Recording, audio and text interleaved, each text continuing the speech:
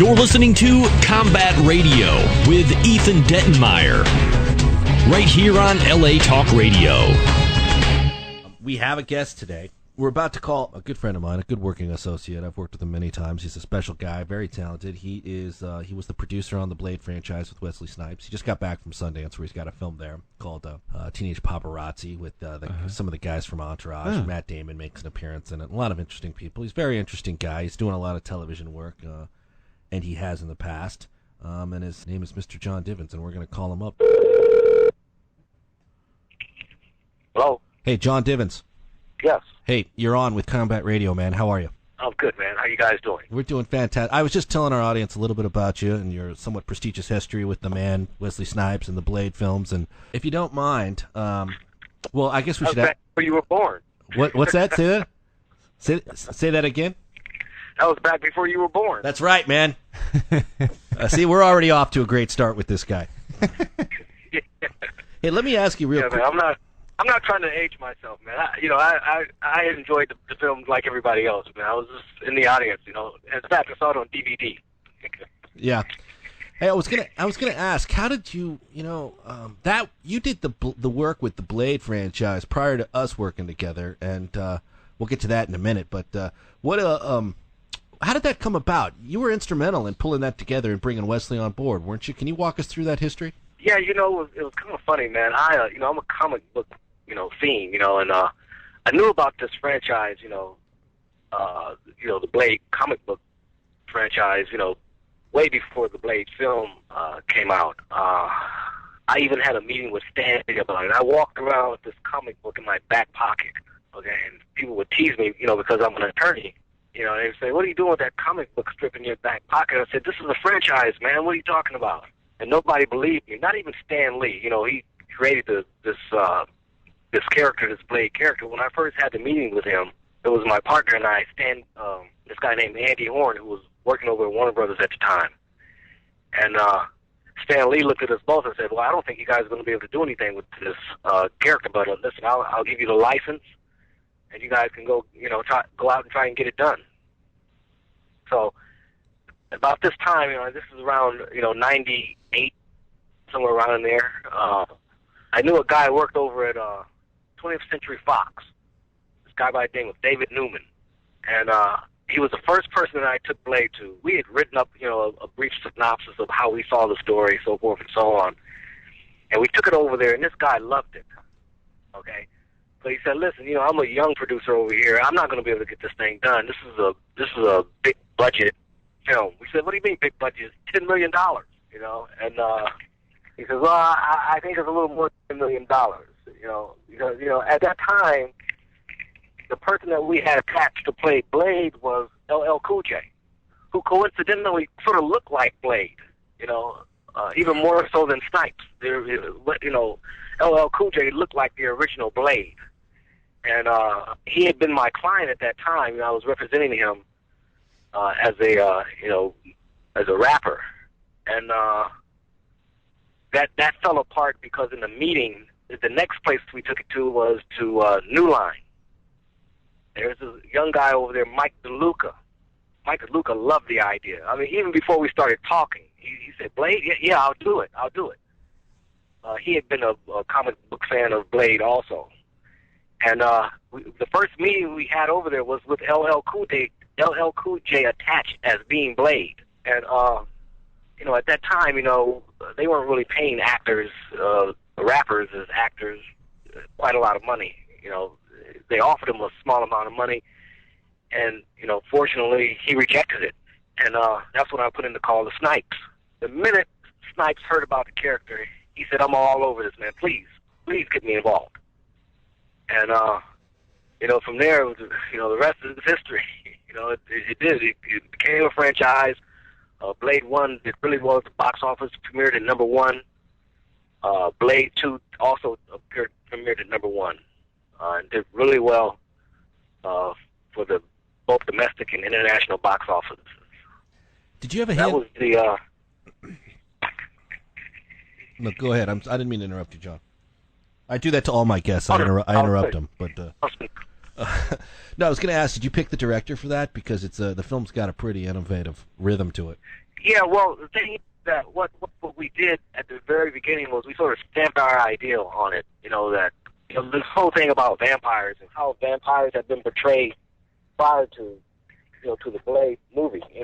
We created this whole concept of vampires being able to go out in the daytime, and generally that they were just beautiful people, but they were sort of undercover vampires. That existed all throughout society. Only a few select group of people who would actually know about these vampires, unless you were, of course, bitten by one. Then you know pretty quick. But the whole idea of this is a secret society. These people exist out here. They walk amongst us. They have these they have these powers. This concept before Blade. Of course, now you see it everywhere. It's in everything. You could not imagine a vampire living in Transylvania and sleeping in a coffin at night. Which was how it was prior to Blade. So when you're what we did was we put that idea on the studio, and then basically the studio just sort of took it from there. Mike DeLuca, he knew who to go get to direct this, to also help in the production, and then Snipes wanted to play a major role in the production. So from that point forward, it was easy. It was just getting people to initially believe in the idea, that this sort of franchise could exist. There had never really been sort of a superhero like Blade. Mm-hmm. He's sort of, he, not only is he dark, but he's dark skinned, Mm-hmm. which makes him a little more ominous, So, right. You had all these things going on. When you were standing on the set for the first time, what sort of impression did you have from the creative effort where you were like, man, I was walking around with this comic book in my back pocket, and Stan Lee didn't even think we could make something of it, and here we are, with a battery, battery of actors on this set getting ready to do this thing. That must have been an impressive moment of accomplishment. Yeah, it was, and it's funny. The only person who really appreciated that was this accountant who was cutting the checks for the people. And it was funny. I went into him. I was getting my particular advance on that particular day. They had done some production, and I go in. And I go, there was a mountain of. There's probably about 80 people working in this production office in the accounting portion of it. Yeah. Right. And the guy says, "Well, who are you?" And I go, "Well, I'm Jon Divens. I'm the guy responsible for you even being. In fact, all these people are here because of me." Okay. And then so he stopped and he goes, "Excuse me, ladies and gentlemen, let me introduce you to Jon Divens. This is the reason we have our jobs today." It was funny because I never got that kind of recognition from Snipes or anybody else. You're just like, oh, you just know the producer on the set. You had a good relationship with Snipes, though, didn't you? With Snipes? Yeah. Oh yeah, we became friends. After Blade, we hung out. We talked to each other on the phone. I could call him up. And at that time, he was moving up in the sort of in the actor ranks. Yeah. He became pretty popular. He did. So it was a good guy, and he loved me because I brought him Blade, and which was basically his biggest role. I didn't know that it would be his last biggest role, but it was basically his biggest role at the time. Right. So, there's always tomorrow. Has he called you recently to put something together for him? I see him selling those exercise machines with Chuck Norris, and I bet he's longing for the days we had a guy like you try to engineer projects and innovative things for him to do. Has he called you recently? John, get me something. Well, he on Halloween night, he showed up at my place, and he was dressed in the Blade uniform, and he knocked on my door, and he threatens to bite me, I said, "Listen, man, I got Blade 4 in here. Come on in." I knew it. Don't bite me. Please don't bite me. Yeah. So, what's up with Blade 4? Is there a possibility? I'm trying to. I don't. The studio. And the this whole production. Because Snipes had his production company heavily involved in the production of Blade. And at one point, the story was they were going to sort of kill Blade off or kill Snipes off. And then they were going to bring in another younger, more vibrant, what they consider to be more vibrant, sort of vampire hunter and killer. Yeah, did they try and shove Shia LaBeouf on you? Was Shia LaBeouf the guy for that? I think so. Yeah. I think so. They wanted somebody younger and hipper. I'm kidding because more, I'm kidding because they always shove some terrible candidate down your throat. No, I know. I read that article too, where they want the guy to be everything from Superman, to the guy next door, Yeah. But they Snipes, he wasn't in agreement with that, and it was just a lot of back and forth, and I think the studio, is sort of just sitting on it. They'll come back, with something in the Blade because it made money, and right. they'll continue to remake moneymakers as long as they continue to make money.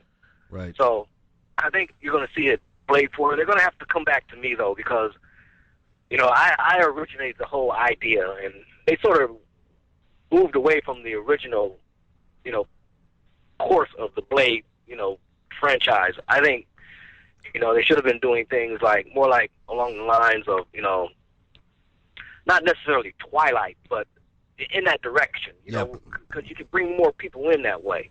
Rather than they went highly computerized, rather than concentrating on the story, is what I mean. Developing good stories, the stories that people can relate to, and bringing in, new characters that weren't necessarily vampires, but were the innocent people. I think that's where you find your cutting edge storytelling in this genre, is how you can show how the vampire lifestyle is intermingled with normal people, so-called normal people, or everyday people, or people who are not vampires. And that way people can relate more to the stories. So, I don't know. Maybe they'll hear this interview and give me a call. Yeah, hopefully they'll call you, and then you'll call me to write it. Hey, Ethan, you and I were over at Warner Brothers together at one point, Right. They don't call too many people off the cuff. Isn't that the sad truth, man? I think I got a solution for you, though, John. Let's make a prequel. Let's do Blade Begins and get some guy in there. And let's backtrack. Let's get away from where they want to go and reinvent. Let's do it like the apocalyptic start of the Vampire Society. How about that? No, that's awesome, man. That's what they did with that Star Wars thing. They started backwards. Mm-hmm. And I think we can even call it something. We don't have to call it Blade.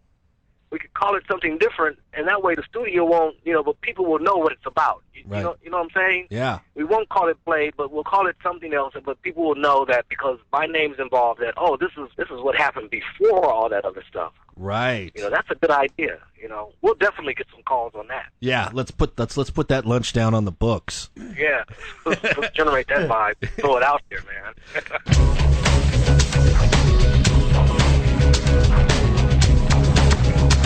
You're listening to Combat Radio with Ethan Dettenmeyer, right here on LA Talk Radio.